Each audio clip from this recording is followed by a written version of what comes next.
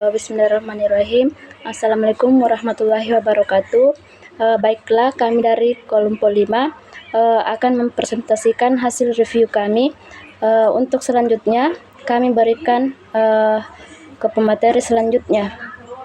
Baiklah, langsung saja saya akan memaparkan hasil review dari bab 1.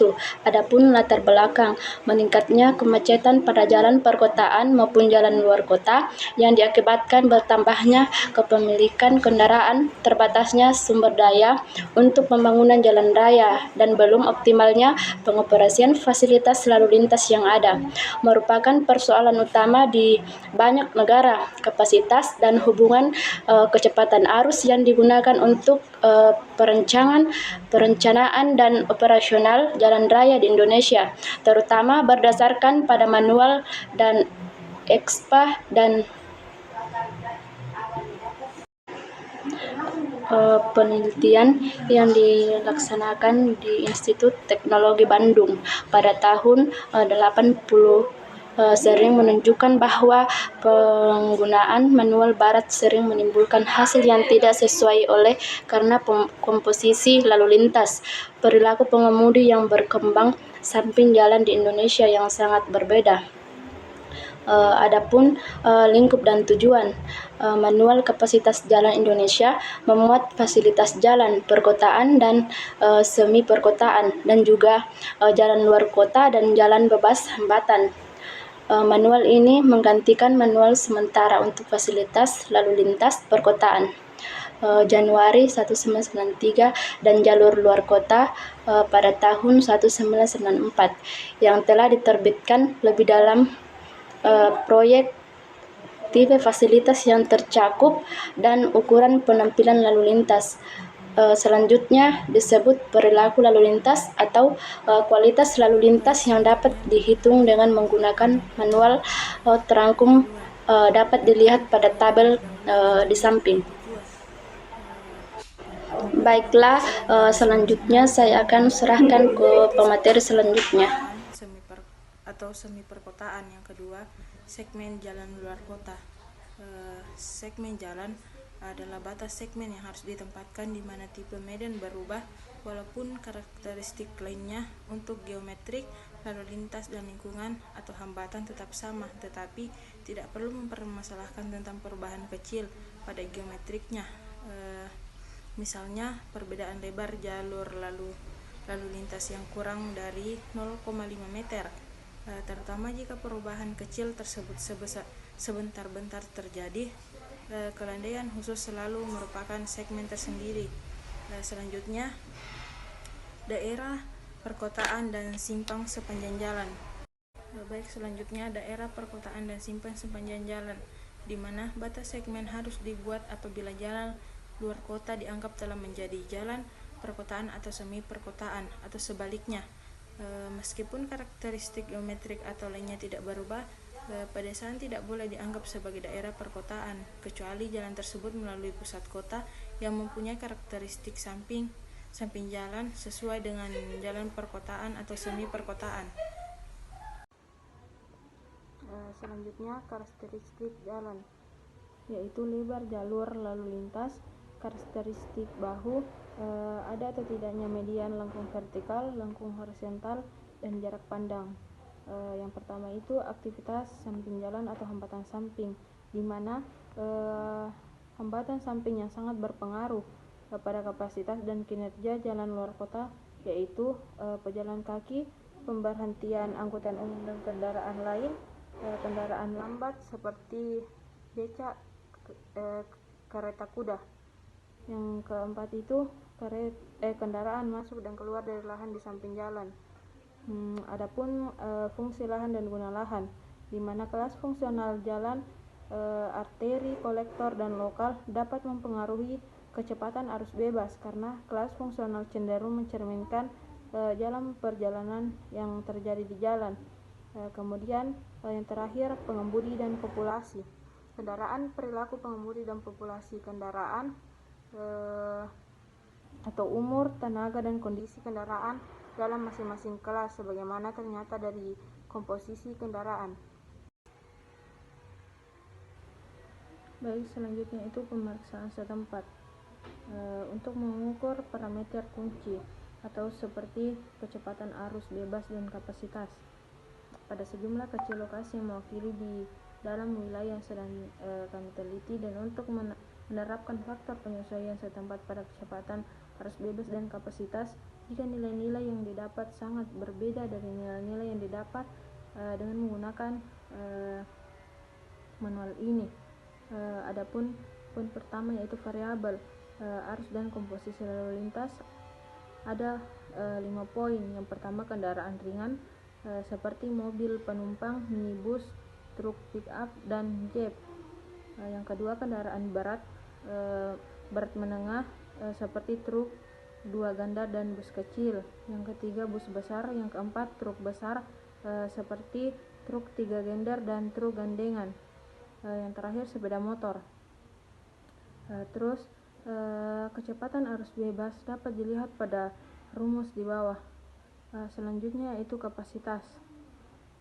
Persamaan dasar untuk penentuan kapasitas adalah sebagai berikut, di mana kapasitas atau SMP per jam, kapasitas dasar SMP per jam, faktor penyesuaian lebar jalan, faktor penyesuaian pemisah arah atau hanya untuk jalan tak terbagi.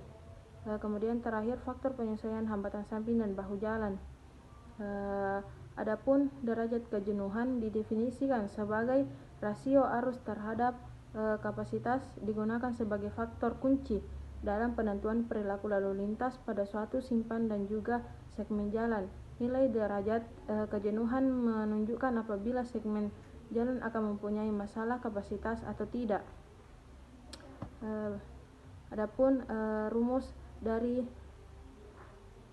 derajat kejenuhan dapat dilihat pada teks di bawah. Baik, selanjutnya variabel.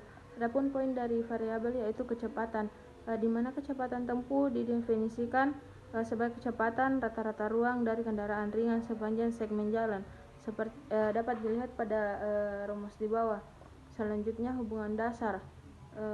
Adapun poin dari hubungan dasar yaitu hubungan kecepatan arus kerapatan, di mana didefinisikan pada panduan perencanaan yang ada spesifikasi standar untuk perencanaan geometrik jalan luar kota, dapat dilihat pada rumus di samping. Selanjutnya yaitu paduan rekayasa lalu lintas. Untuk menganalisa operasional dan peningkatan jalan luar kota yang sudah ada, saran diberikan dalam bentuk perilaku lalu lintas sebagai fungsi arus pada keadaan standar.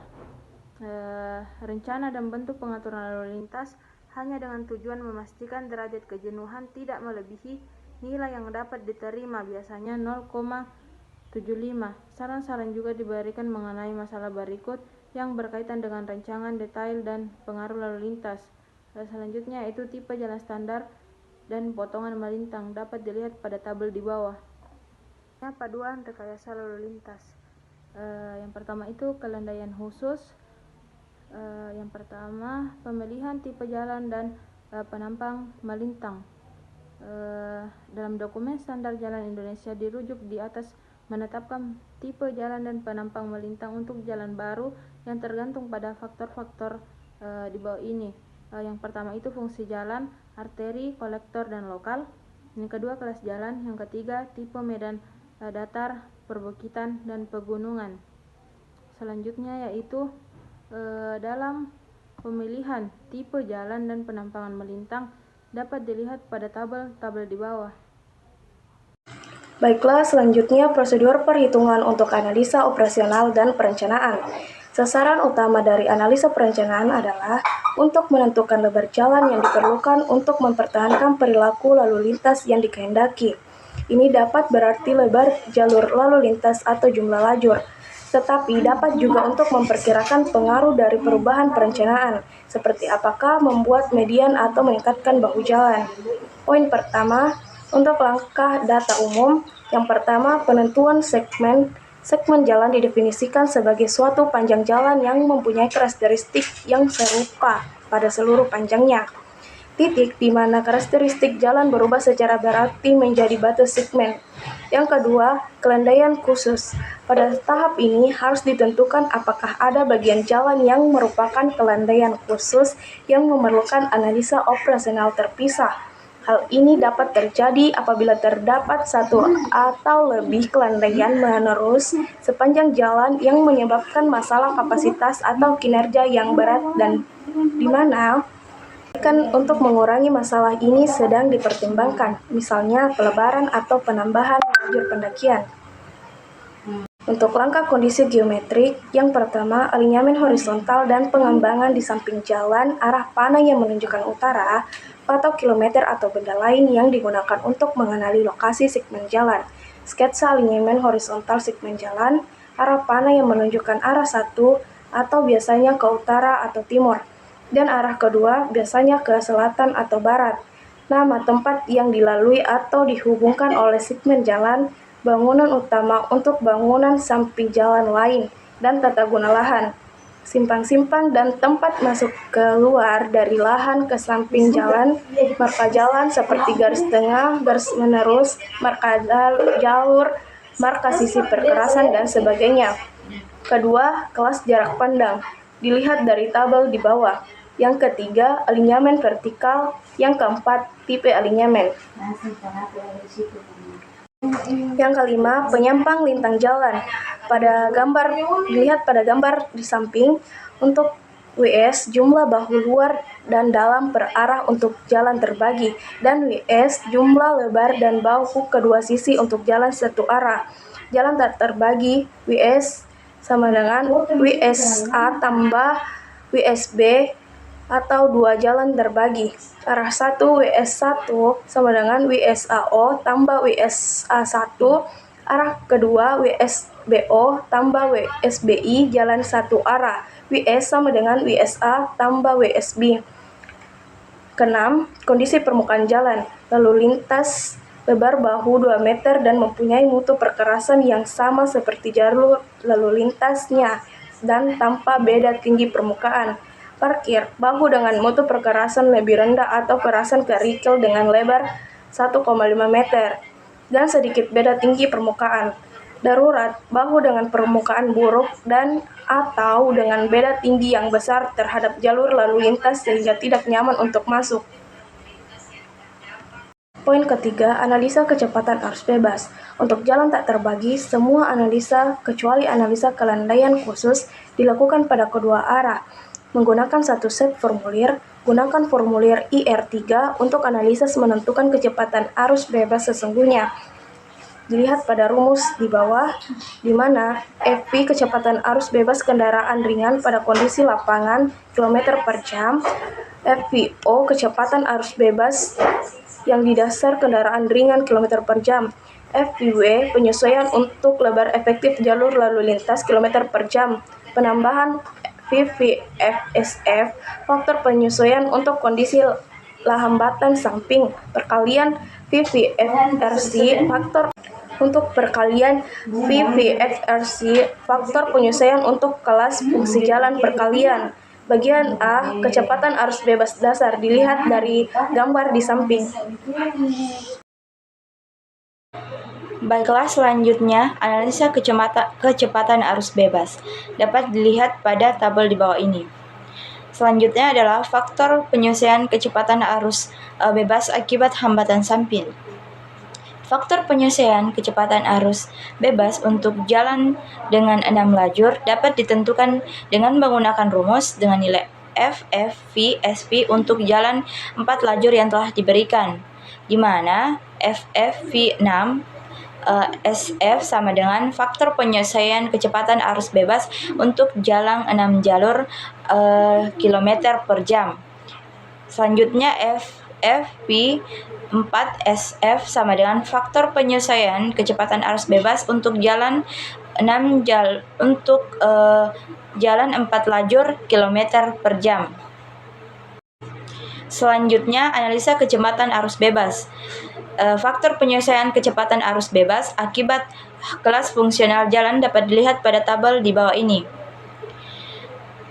Selanjutnya, penentuan kecepatan arus bebas pada kondisi lapangan, di mana yang pertama, kecepatan arus bebas pada kendaraan ringan dengan menggunakan rumus FV sama dengan FF0 tambah FFW dikali FFV SF kali FFV AC, di mana FV kecepatan arus bebas km per jam, FFO kecepatan arus bebas dasar km per jam. Selanjutnya FVW penyelesaian akibat pelebaran jalur lalu lintas km per jam. FFVSF sama dengan faktor penyelesaian akibat hambatan samping dan lebar bahu. FFVRC sama dengan faktor penyelesaian akibat kelas fungsional jalan dan tata kelola lahan. Kedua, kecepatan arus bebas tipe kendaraan yang lain. Dengan menggunakan perhitungan penyelesaian kecepatan arus bebas kendaraan ringan km per jam, yaitu FFV sama dengan FV0 sama dikurang FV, di mana FFV sama dengan penyelesaian kecepatan arus bebas kendaraan ringan km per jam. FVO kecepatan arus bebas dasar kendaraan ringan. FV kecepatan arus bebas kendaraan ringan dengan km per jam. Baiklah, selanjutnya analisa kecepatan arus bebas. Kecepatan arus bebas pada kendaraan khusus ringan. Kecepatan arus bebas kendaraan ringan pada kelandaian khusus dari jalan dua lajur tak terbagi harus dihitung secara terpisah untuk masing-masing arah, mendaki dan menurun, dan dibandingkan dengan kecepatan untuk keadaan alinyemen datar. Dapat dilihat pada tabel di bawah ini.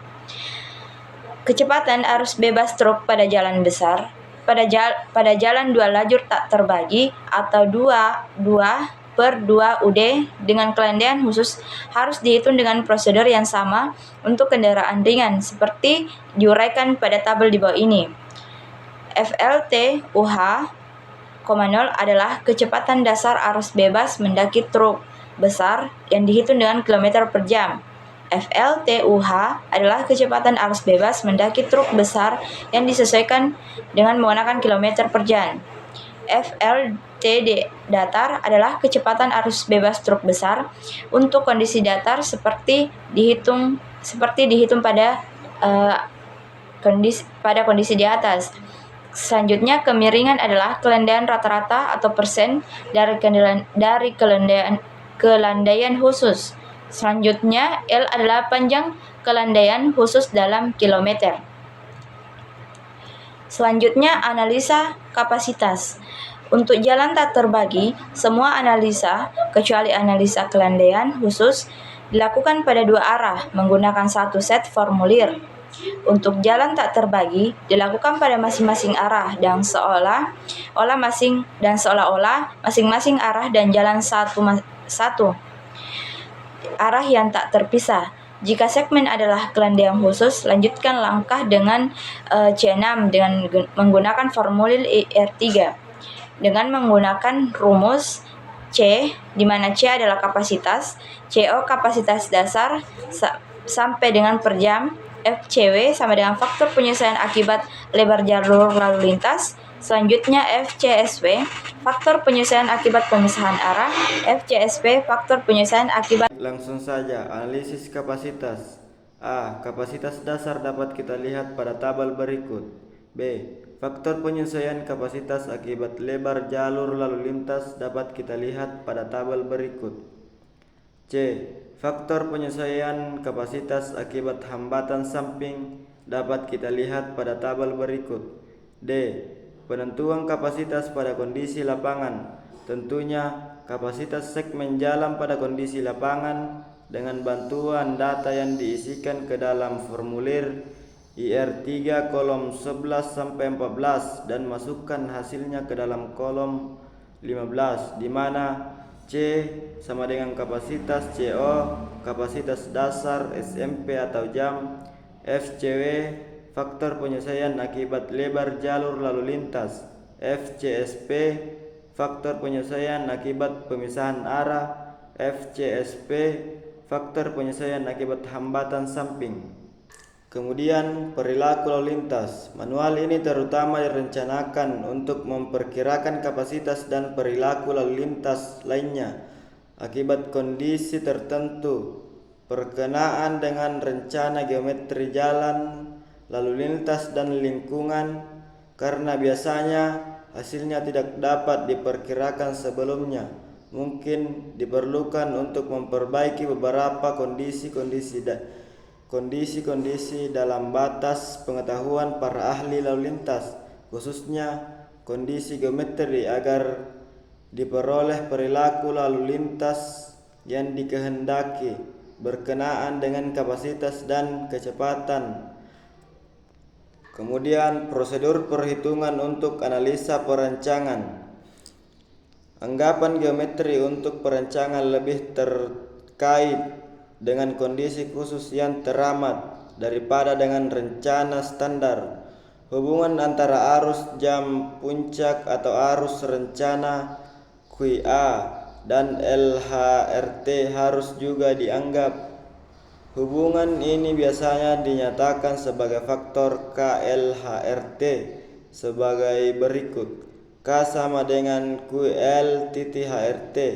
Analis perancangan biasanya dikerjakan untuk kombinasi kedua arah, meskipun diperkirakan bahwa jalan bebas hambatan tersebut akan mempunyai median titik. Ada masalah dengan hal ini karena pemisahan arah 50/50 dapat digunakan untuk perancangan. Kemudian anggapan untuk berbagai tipe jalan bebas hambatan. Jalan bebas hambatan dua arah, lajur tak terbagi. Anggapan yang digunakan dalam bab ini untuk perancangan jalan bebas hambatan dua arah, dua lajur tak terwakili normal adalah sebagai berikut. Fungsi jalan bebas hambatan artikel atau nasional atau provinsi. Penampang melintang. Jalur lalu lintas 7 meter. Lebar aktif bahu 2,0 meter di kedua sisi pada medan. Datar dan perbukitan 1,0 meter pada medan pegunungan. Jarak pandang 75%. Segmen mempunyai jarak pandang minimum 300 meter. Tipe aliemen datar, bukit atau gunung. Lingkungan daerah luar kota atau kebanyakan pedalaman. Jalan bebas hambatan 4 lajur 2 arah terbagi MW 4/2D.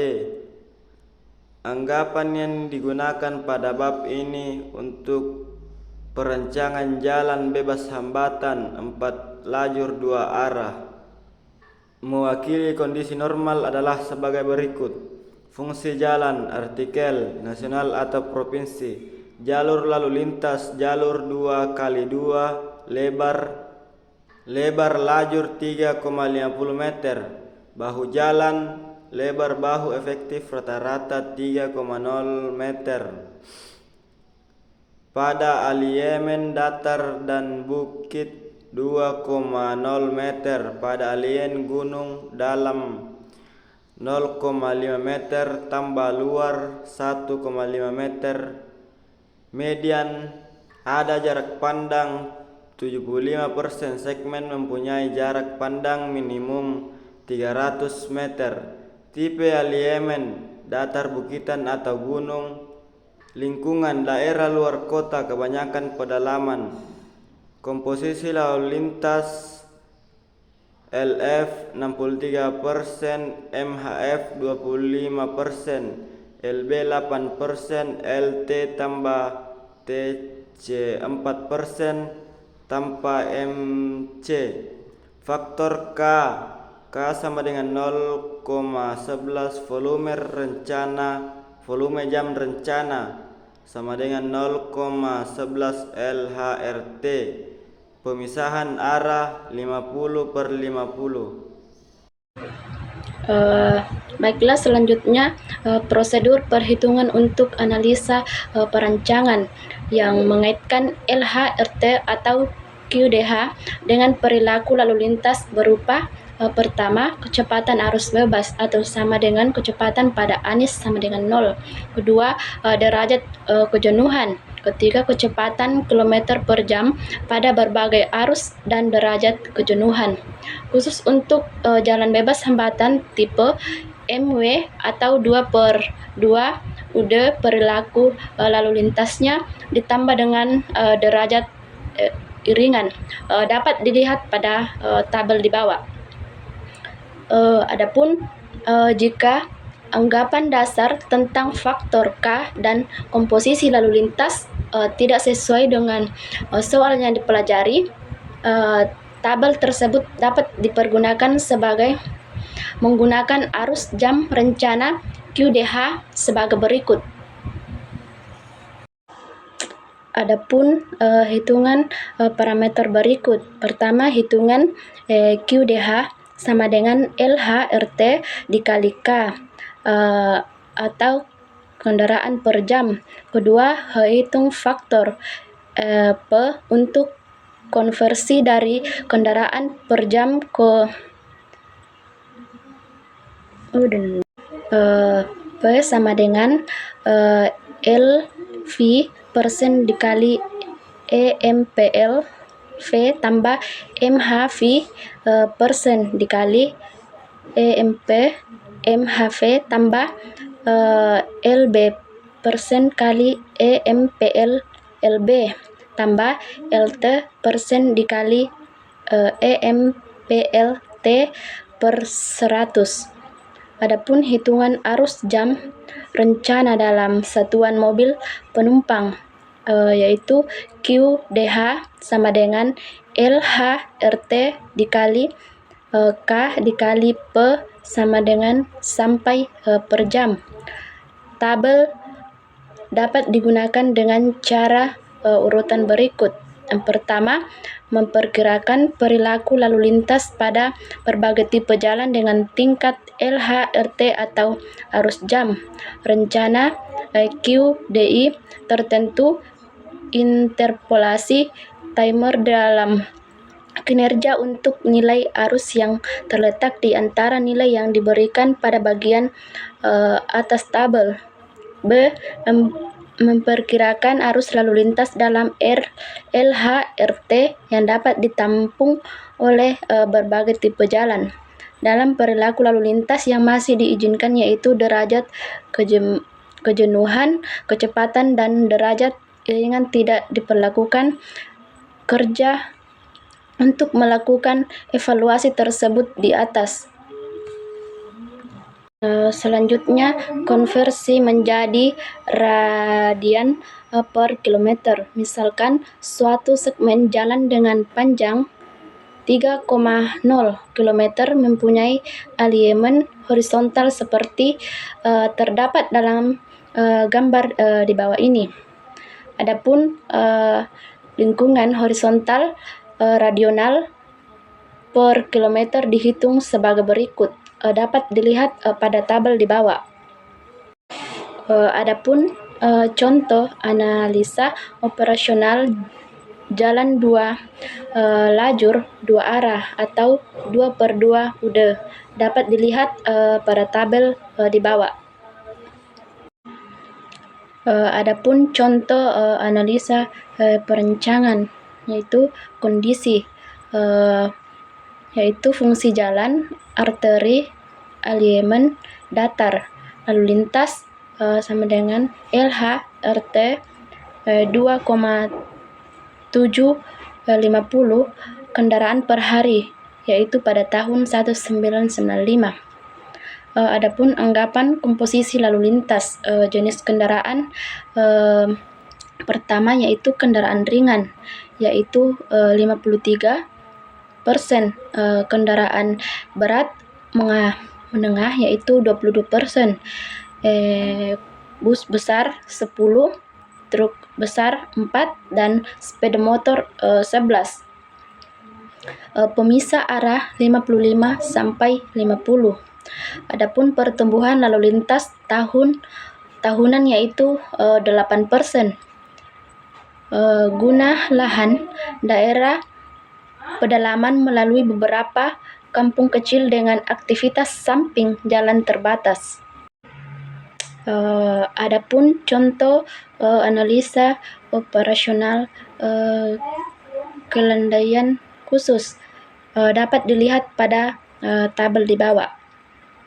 Baiklah, itu saja yang bisa saya sampaikan. Itulah hasil presentasi dari kelompok kami. Kurang dan lebihnya mohon dimaafkan. Wassalamualaikum warahmatullahi wabarakatuh.